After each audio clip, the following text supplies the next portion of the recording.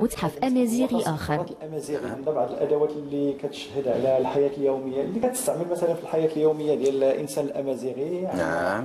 مثلا الخشب، عندنا لابوتري، عندنا لي طابي، عندنا لو بوا، عندنا مسائل عديدة ديال نهاية القرن التاسع عشر ديال هذه المنطقة هذه واللي كتمثل التراث الأمازيغي.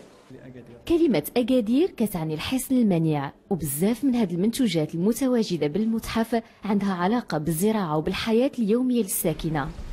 الرواق فاش كنتواجدوا الان هو واحد الرواق اللي كنبينوا فيه الصور ديال ايبودار. ايبودار هو جمع اكادير. اكادير هي كلمه امازيغيه كتعني المخزن ديال الحبوب، المخزن المحصن. كما كتعرفوا المنطقه الجنوبيه المغرب هي منطقه جافه، ونظرا لسنوات الجفاف المتعاقبه فكروا الناس بكري هذا بكري كنقولوا 6 القرون 7 القرونيه بكري بانهم يبنيو ما يسمى باكادير، الحصن المنيع، فين كيخبيو سميتو الزرع ديالهم، فين كيخبيو الاشياء اللي عندها اللي ثمينه، مثلا اللي بيجو ديالهم كما شفنا، مثلا العقود ديالهم. كنشوفوا هنا واحد لا كوليكسيون ديال لي مانيسكري اللي كيبينوا لنا كيفاش التاريخ كان سميتو، كيفاش كانوا الناس كيأرخوا المسائل ديالهم. من بعد أكثر من 50 سنة مرات على زلزال مدينة أكادير واللي دمر جزء كبير منها، كانت المحافظة على ذاكرة المنطقة مسألة في غاية الأهمية. داكشي علاش كنوجدوا أغلبية المنتوجات المعروضة في هذا المتحف كتمثل الثقافة الأمازيغية، خصوصا الحلي اللي كتشتهر بها المنطقة. فين كنتواجدوا هي قاعة التقنيات اللي كنبينوا فيها مختلف التقنيات اللي كان كيخدم بها الصانع التقليدي الامازيغي، اللي كتشهد على سميتو ديالو، على الكفاءات ديالو. مثلا هنا كنشوفوا حيلي فيها الطريقه ديال الترصيع، كاين الحيلي اللي فيها الفيليغران، كاين اللي فيها لي زيمونوار اللي كنسميوهم لونيان. عدة طرق وعدة تقنيات اللي كتبين مهارة هذا الصانع التقليدي وكما قلنا كفاءته، وكتبين الخصوصية ديال الثقافة الأمازيغية. لكن الصناعة التقليدية الأمازيغية هي ماشي فقط ذكريات من الماضي، هي صناعة ما زالت حية. وللتأكد من الأمر يكفي زيارة قصبة سوس المتواجدة بالخرجة ديال أكادير على طريق إنزكان. القصبة هي سوق تقليدي مصغر كيعرف نشاط ورواج منذ الساعات الأولى من الصباح. السوق تنشأ بالكامل من هذه 10 سنوات وكيذكرنا في تصميمه بالأسواق القديمة. أزقة قصبة سوس كتضم العديد من المحلات التجارية الصغيرة كيقوم بتسييرها الحرفيين التقليديين بأنفسهم. حنا دابا كنتواجدوا في القصبه، قصبه سوس، وكتعرفوا كلمه القصبه عند السواسه عند امازيغ كتعني يعني مدينه قديمه مدور بها السور ولا دار كبيره، وهذه تبنات على الطراز القديم لاحياء الحرف الامازيغيه البربريه.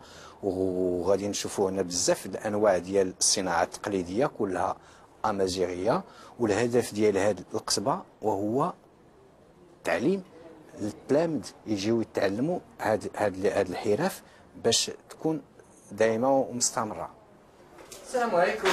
انا موظف عبد الله. اهلا بك. كيف بخير؟ الله يبارك فيك. صباح الخير.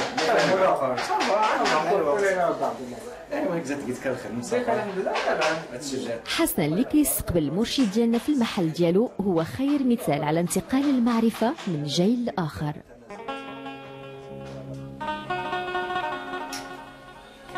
حسن هو من منطقة إيمنتانوت، ما كان كيعرف حتى شي حاجة على صناعة الحلي من اللي جا لأكادير من هذه 10 سنين، وتكون على يد معلم اللي أصبح من بعد الشريك ديالو. هاد الحرفة الصراحة عزيزة عليا، لأن فيها شي موديلات قدام ديال الناس القدام بحال البادية بحال هكا. لقيت أنا شي موديلات في البادية كنشوفهم قدام وهذا، وصافي ملي خدمت في هذا الخير هاد الصنعه ديال المقرا وليت كنصوب دوك الموديلات اللي كنا شفنا. واخا كاينين لي موديلات ديجا كنزيدو لهم شي شويه ديال شي موديلات اخرين بحال تزرجيت، بحال البيبان، بحال لي براسلي، بحال شحال من حاجه كاين تبارك الله لي موديلات قدام. في الثقافة الأمازيغية الحلي كتلعب دور كبير ومهم في الحياة الاجتماعية. فبالنسبة لسكان المدن كيستعملوا الحلي اللي من الذهب أو من النقرة المشلة، أما بالنسبة لسكان القرى فكيستعملوا الحلي اللي من النقرة وكتكون عادة من الطراز القديم والبسيط.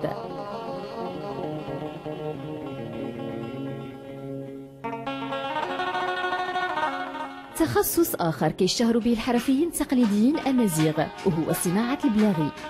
جمال واحد من هاد الحرفيين الأوائل اللي استقروا في سوق القصبة. دابا باش نقدروا نسميوها بابوش بربر خاصها تكون غوند هكذا، عاد بهذا الطال من اللور طالع شويه فهمتي. هذا دابا هو ضروري، عاد النقش ديالها هو هذا كما كتشوف. فوالا دابا غادي نمونطيها. بالنسبة للبلاغي ديال الرجال في الغالب كيكون لونها إما صفر بلون قشرة الرمان أو بيض، أما بالنسبة للبلاغي ديال النساء فكتكون ألوانها مختلفة. قصبة سوس كتميز واحد الشكل البربري، هي أصلا البناء ديالها على برار كما كتشوفوا كيتميز بواحد الشكل بربري. دونك هنا أي واحد خدام في شي مهنة كيتبع داك النقش البربري ديال ديك المهنة. فوالا ضروري يدخل لي موتيف بربر، خص ضروري يكون في المهنه ديالو، يا نقره يا عرعار يا اي حاجه يا بلغه، خص ضروري يحافظ على داك التراث. المدينة القديمة ديال أكادير اختفت المعالم ديالها تماما من بعد الزلزال، لكن بالرغم من ذلك اليوم أكادير كتمثل كمدينة قديمة. هي عبارة عن قرية نموذجية كتوقع على بعد 4 كيلومتر في اتجاه الجنوب.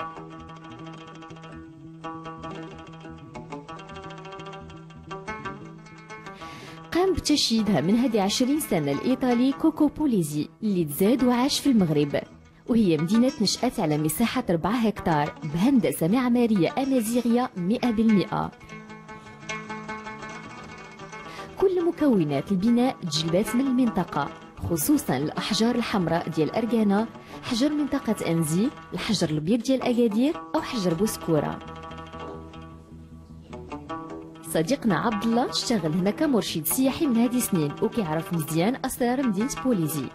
والشلوح هنا في هذه الناحيه كيديروا الحفلات ديالهم الاعراس ولا بحال هذا الشكل كيديروا في هذا القاعات، وكتشوفوا الناس كيجلسوا في الجناب ديال القاعه باش ياكلوا ويتفرجوا في الوسط. كاين السبيكتاكل ديالهم احواش ولا الروايس. وشوفوا هذا البلافون اللي حتى هو امازيغي حر، والسميه ديالو هي الريح، ومصوب بالخشب ديال اللي كيتواجد في عين المكان. وهنا كانت غابه الكاليتوس، وكوكو بوليزي استغل هذا الخشب ودار به الريح. وشوفوا لي فورم جيومتريك بحال الزربيه المغربيه. وهنا غادي نشوفوا واحد الباب اللي هو ثاني باب ديال الامازيغ، هو هذا، وهذا مصوب بالخشب ديال العرعار. موجود عندنا العرعار في هذه الناحيه. علاش هاد البيبان كيكونوا قصار هكا؟ لان الا بغيتي تدخل عند شي عائله امازيغيه خصك تعطيهم واحد السلام وتحنا بزز منك وتدخل هكا وتقول السلام عليكم وتمشي ديريكت للصاله ديال القاعه الاستقبال، وما تشوفش لا على اليمين ولا على اليسار باش ما تشوفش النساء في ذاك الوقت.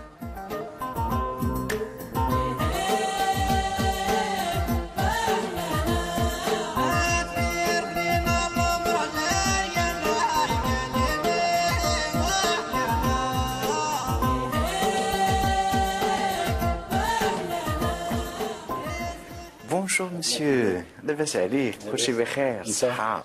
لاباس الحمد لله، توفا بيان، وانت بخير؟ توفا بيان، الحمد لله. كي داير لا مدينة صافا سا مارش كلشي بخير؟ باقيين صناعية؟ سا ريكومونس الحمد لله. كاين شوية التوريست؟ شوية. الله يجعل البركة، مزيان. J'ai choisi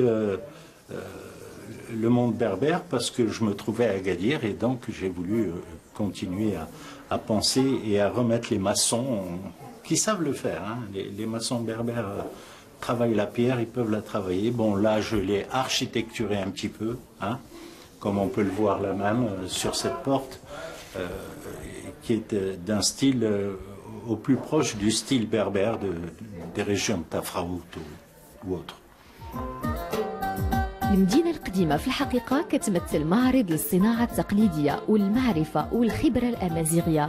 هذه القرية كتجمع بين أساليب وأنماط مختلفة ومميزة، وفي كل زيارة كنكتشفوا جوانب جمالية جديدة. وحتى كوكو بوليزي معجب بالعديد منها. Ça a été fait par les deux maçons, les deux frères Tadert. D'ailleurs, elle s'appelle la porte Tadert, Bab Tadert. C'est un cadeau fabuleux parce que ça m'a beaucoup surpris. Ça m'a beaucoup surpris. Par contre, nous avons gardé tous les dessins berbères. On les a insérés, ils les ont insérés eux-mêmes dans la masse, parce que tous les dessins que vous voyez font partie du mur porteur, carrément. C'est fait en même temps. هذه الفتوحات المقوسة كتذكرنا بالتجارة في الأسواق والمدن قديما. تصاميم ذات المستويات المختلفة كتغري بالتجول داخل السوق، خصوصا وأن الزوار يقدروا يشوفوا جميع مراحل العمل اللي كيقوموا بها الحرفيين التقليديين مباشرة وفي عين المكان.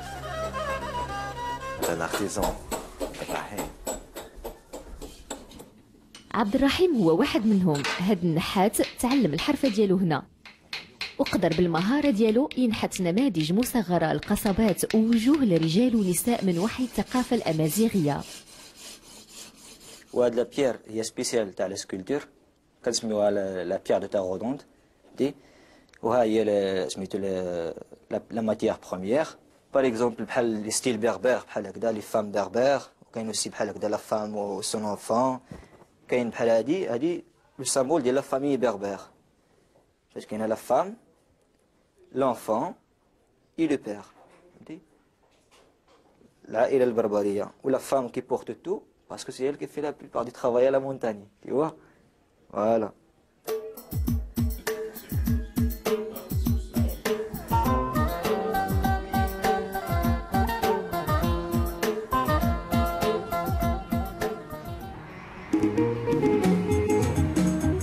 للتعرف أكثر على هذه الثقافة، عبد الله غادي يدينا على بعد 60 كيلومتر باتجاه شمال أكادير لإيموزار إيدا وتمان.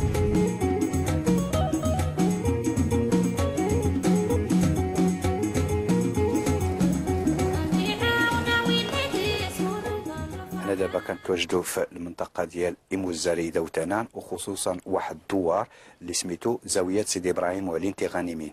وهذه المنطقه، هذا الدوار باقي شاد العادات والتقاليد الامازيغيه، وفيها واحد المعلمه اللي سميتها المدرسه العتيقه سيدي ابراهيم وعلين تيغانيمين. المدرسة القرآنية نشأت من هذه 6 ديال القرون، وبقى إلى اليوم كتستقبل أكثر من 50 طفل ومراهق، كتراوح الأعمار ديالهم ما بين 5 سنين حتى 15 سنة.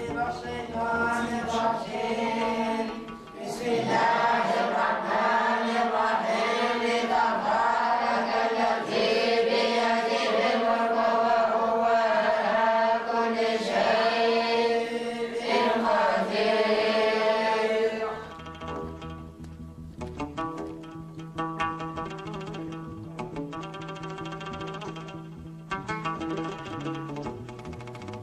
أبواب قصيرة مصنوعة من الخشب، نوافذ صغيرة للحفاظ على خصوصية السكان، سقوف من خشب وأزقة ضيقة. الهندسة المعمارية للقرية كتحمل الطابع الأمازيغي بامتياز.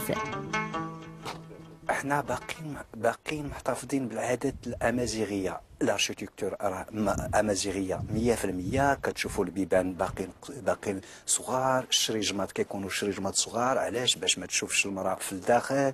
وكتشوفوا الفران باقيين كيطيبوا في الفران التقليدي، وباقيين كياكلوا كيطيبوا بالطبيعه بالخشب وبالفخر.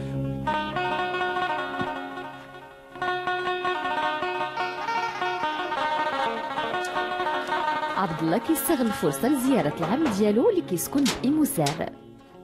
السلام عليكم. بسم الله. ومتى المختار؟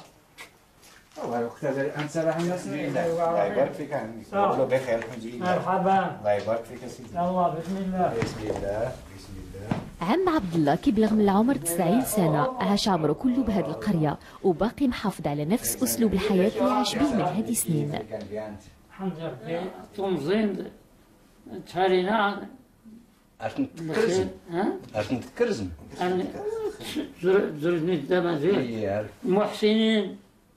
محسنين ولا خصنا والو تمزين سنجار الزيت اللوز لا تمنت كل ما إلا الأحباب كفينا نرقم. حتى المطبخ كيحمل الطابع الأصيل واللي من أساسياته الفرن التقليدي. هذا هو المطبخ الامازيغي، هو المطبخ الامازيغي، وباقي عندهم دوك الاواني التقليديه كنشوفوا ما يسميوه هما بإنكان، يعني الكانون، وكيطيبوا فيه اما الكسكسو واما الخبز ديال الفلول. وغادي نمشيو نشوفوا داك لو فور تراديسيونيل، ها هو هنا غادي نمشيو نشوفوه اللي كنسميوه حنا افارنو. يا افارنو.